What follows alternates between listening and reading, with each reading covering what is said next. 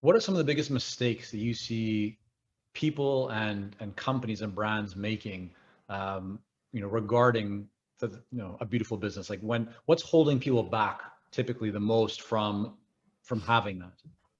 Yeah, I think the biggest thing is most people haven't answered their primary question of why Mhm. they're in business. And the provocative way I tend to ask people that particular question is, so tell me, why does your business, beyond making money or profit, deserve to exist on this planet? Because we know that the world doesn't need yet another business that is just in it for profit.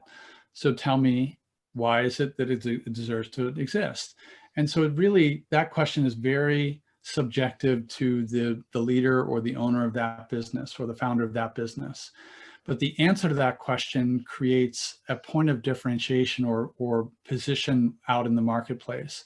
And so the first mistake I see people make is not asking or knowing the answer to that question and then not integrating that within their business.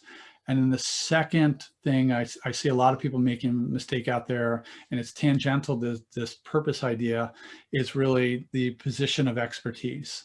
Really knowing what is it that I'm an expert at, how do I articulate that expertise, and who out there in the world actually needs it and why do they need it. And so that there's a lot of sort of generalists out there in sort of the agency world. And I've always tried to caution people away from the generalist mentality into the specialist mentality. What about the person who's listening is going, yeah, I know that, Steve, but I can help so many different people, so many different industries. I can do so much. What advice would you offer to them, or maybe steps or an exercise that either maybe you found helpful or you just believe could add value for them in going from broad and general to becoming more of the specialist and narrow and kind of expert mindset? Yeah. Well, I can tell you this, that the expert makes more money than the generalist, Sure. as a by and large rule. So if you want to expand your business and also expand your earning potential, then expertise is really the only avenue to do that, because what's scarce is valuable. So that which only a few people on this planet can do, or the people who are top in their industry who have proven over and over who can do those things, they're not only specialists, but they're experts in what they're doing and they command a higher price. And also then the people that come to you for that expertise, and you get to show up over and over and over again in your zone of genius. Whereas a generalist is constantly having to adapt and change and learn.